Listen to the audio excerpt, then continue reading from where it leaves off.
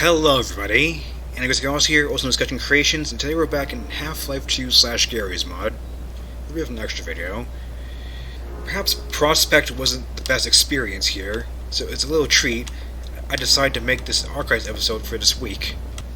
I didn't make one for this map, so let me just do a short little video here covering this map. So this is GM Autumn Sale. It's a nice little map I made based off of the Steam Sale 2019 art banner. Which, God, how was that 2 years ago? Is that 2 years? How was this so long ago? Like 3 years? Time is an illusion. It was a Steam Sale 2019 banner. I recreated it.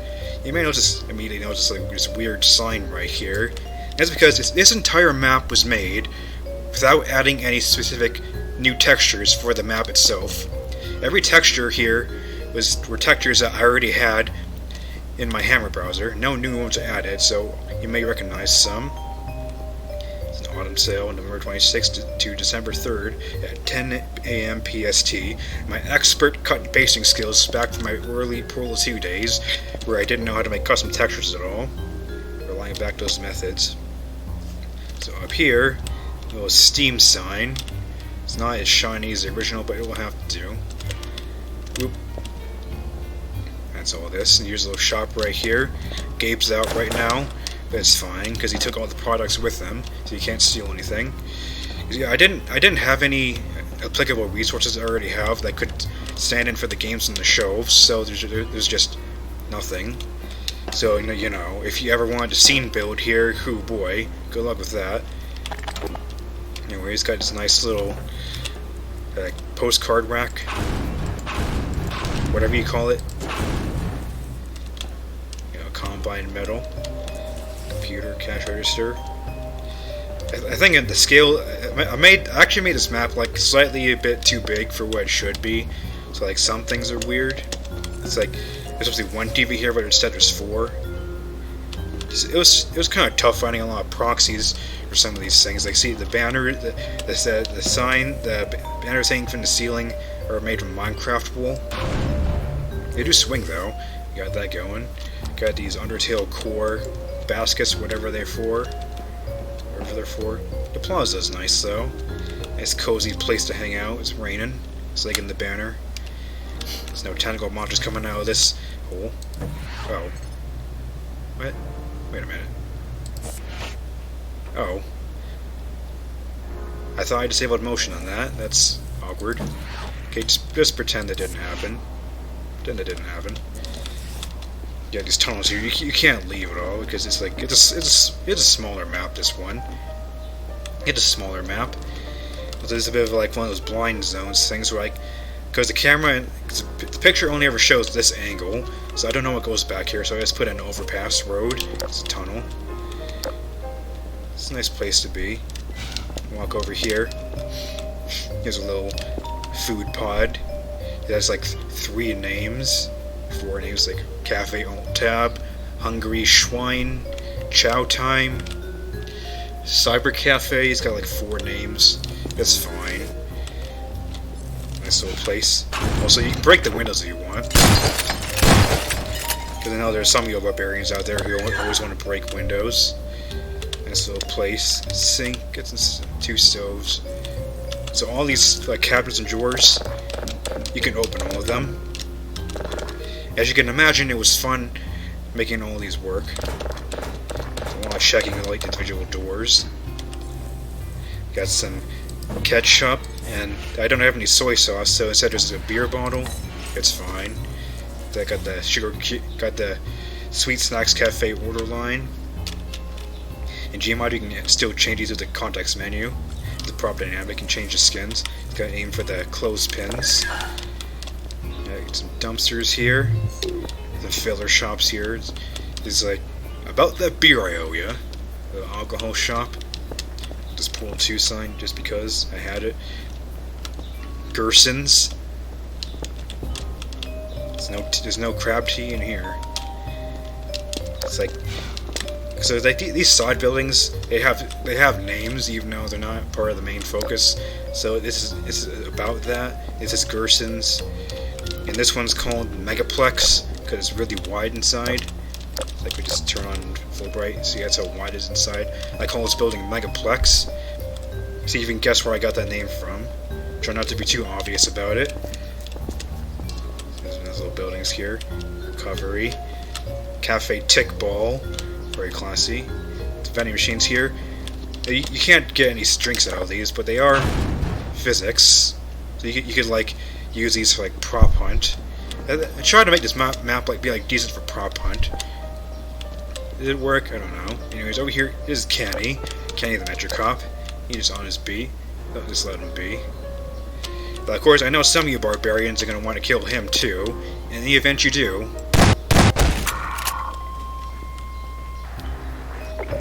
the precinct is right behind him. So I knew instant the Kenny comes out. You see, I pulled down a shotgun because I tried to make it be friendly to him. Well, I can't stop some of you, so just leave Kenny be. You know, it's a slow day. He wants to relax. It's like this map is supposed to be like mainly constricted to this area right here. It's the main focus. It's like the further you get away from the center of the map, the less detailed it becomes. Because I don't want like basically because I have to design all these other areas myself. So there's not too much effort put into them. So the main focus is in this center area here. Ain't got no 50 Shades of Cave in this magazine rack. Here, original Cafe Baltic, the original.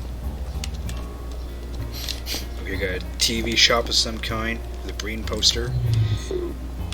Blue room. Over there is like maybe some sort of old bank. ATM out front. More blue, and it's added the Citadel, of course, because an obligatory Half-Life aesthetic. You see combined walls there as well. So that blip right there, I'm not sure if that's supposed to be there. It was like it's caused by me using the Citadel on a map that's not normally intended. The skybox is not normally intended to go with it. A big shiny Steam sign made out of brushes. Enjoy. That's my attempt at recreating the Steam logo with brushes at that small of a scale. Very good attempt. It's a cozy little map. There are secrets here, but I'll leave those to you to find. Because the shadows in these fire escapes are annoying. Anyways, yeah. That's that one. However, though, that'd be a bit of a short addition to this series, so I'll give you one more little bonus content clip right here.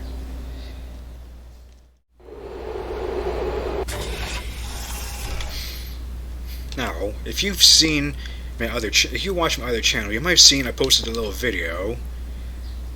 It's a little guys, there's something wrong with my test chamber too. You might have also seen on YouTube a fellow named Kurzyhow, is that how you pronounce their name? Who makes a series of videos about the Pro 2 test chamber triple laser. I wanted to make my own little fan episode for their series, and this is the map right here.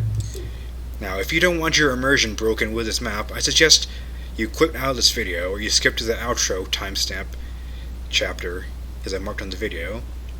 You don't want your immersion broken, because I'm going to talk a bit about this map, so here we go. First things first. Welcome. Welcome to City 17. You have chosen, or been chosen, to relocate to one of our finest remaining urban centers. Okay, shut up, Bree. Let me read a I can't speed it up. Received. I'm just going to walk away from Dear that. Dr. why has the So, I'll talk about it in a second, so... seen fit to suppress our reproductive So back there... Let me just cut to when he's finished talking. You know, like I forgot I made him stop talking right there. Yeah, it got Dr. Breen's screencast on the elevator chamber lock screens. It was a bit janky to make this work, because like Portal 2 does a weird entity thing for its elevator chamber lock screens. Well, I don't have that in Half-Life 2, so these are all funk monitors. There's a Breen room hidden somewhere outside the bounds of the map. As you can see, like, it's not a complete covering of the elevator thing, all the screens, because like there's an odd number of screens, so it's a little awkward. Also, I wanted like to complete Breen images to be right next to the exit here, so it's a little awkward. It was a little awkward to make these work. Yeah, he doesn't talk very long. It just in the video, I just walk away where if he's just talking. You enter the chamber, he stops talking completely. You know, it is what it is. It's a little awkward. Also, I absolutely can't show this in Gmod because for some reason my funk monitors are broken. They don't show the camera correctly. I just pulled my earbud out of my ear just because it's scratching my neck. Yeah, it just is what it is. Also, like, lighting this chamber block is really awkward. I don't know what it is Valve did. Like, something about lighting is really weird. Also, I had to port extra models to make this map more complete.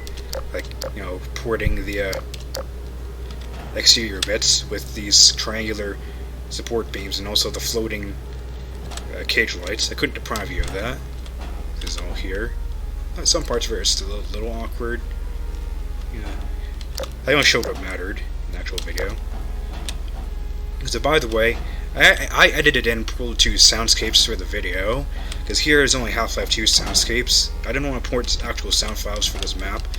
I didn't want to have to find them, so I used Half-Life 2 soundscapes here, but in the video I edited in the Portal 2 one as well. So then it comes this test sign. Now, for those of you who don't know, the test signs in Portal 2, like they're an entity. They're not just like a simple model. It's like a video entity, like similar to what the chamber lock uses. So I had to recreate the test sign as a model. It is a model that I made, recreating it.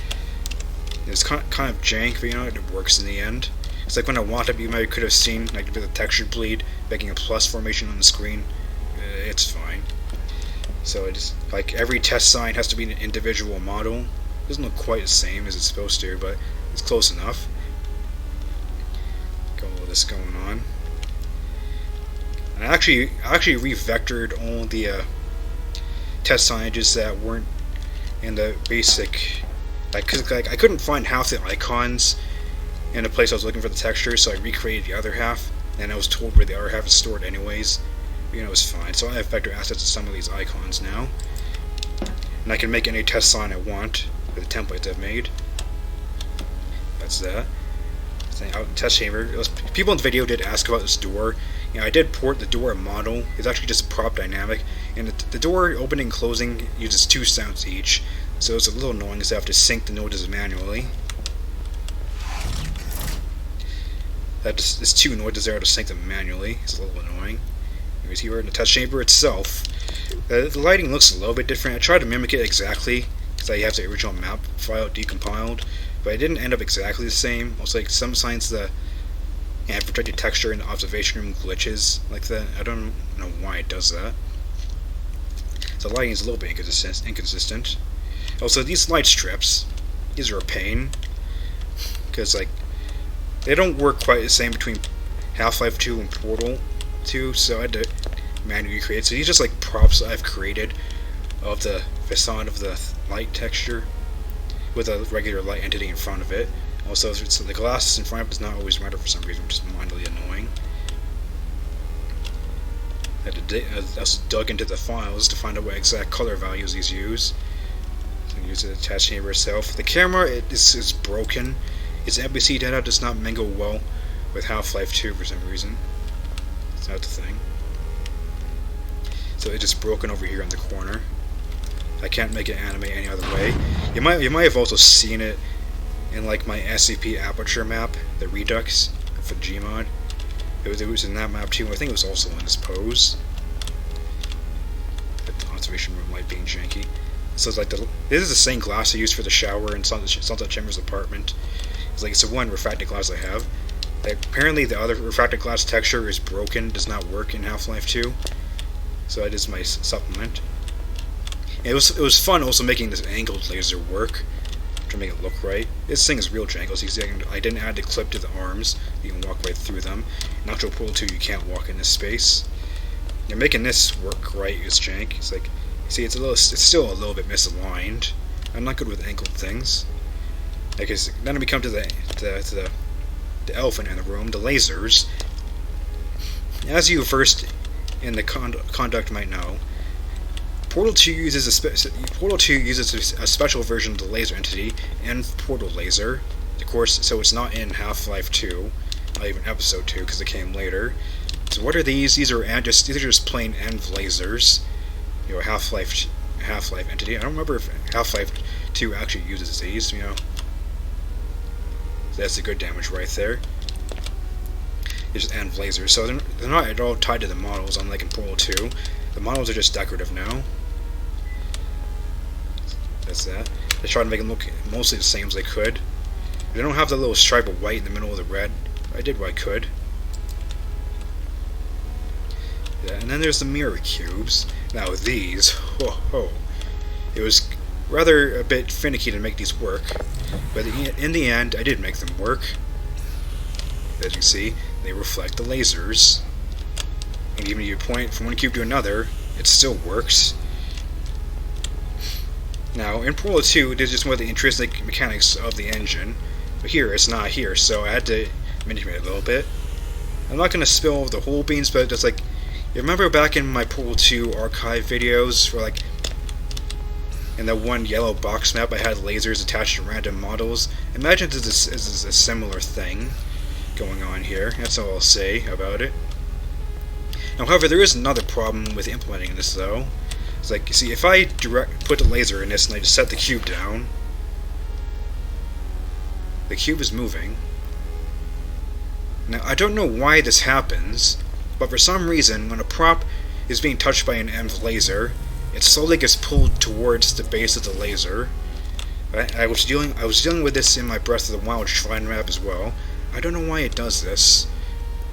Well, there's only one thing I could do to circumvent this. Is that if you press E in the cube, it locks it in place. I cannot move the cube until I press E in it again.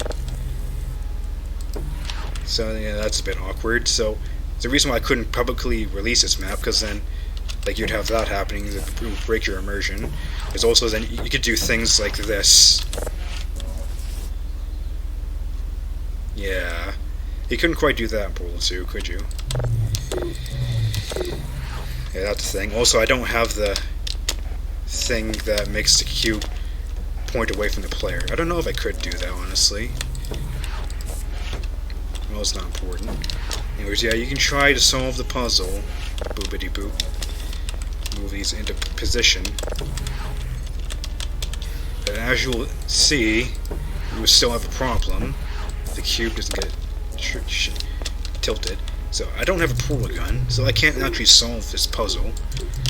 I can't use my portals to transport it. However, were to have a portal gun, it is actually just possible to solve this puzzle normally, because there's a hidden button right up here. If I press it,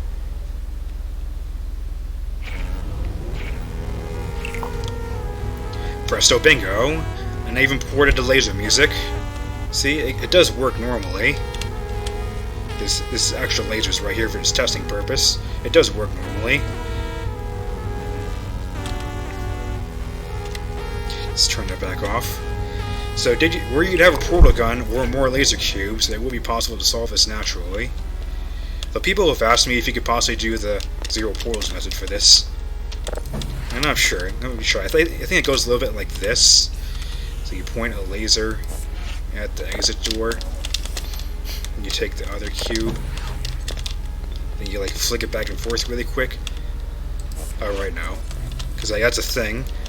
Now, the laser also goes a predefined amount of distance, so I can't. Could I get that closer? No, because like the laser also only goes a predefined distance because I had to make it work. So I'm not sure if you could. Maybe. Wait, hold on. Because it's a little janky. Oop. Now hold on. Yeah, can we just work?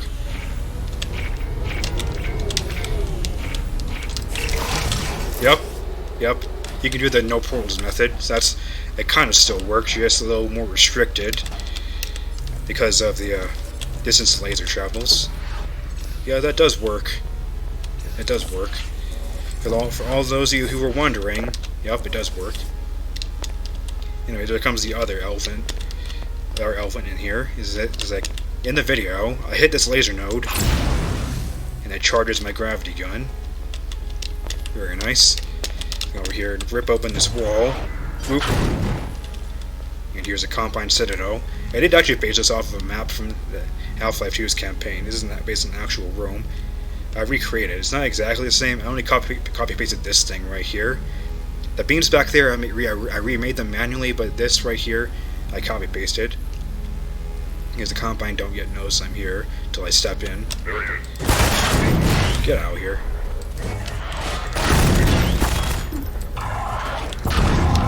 Also, I can't. Some of them, for some I can't punt. Oh, I just crashed the game for some reason. Wait, I'll be right back. Right, well that was fun.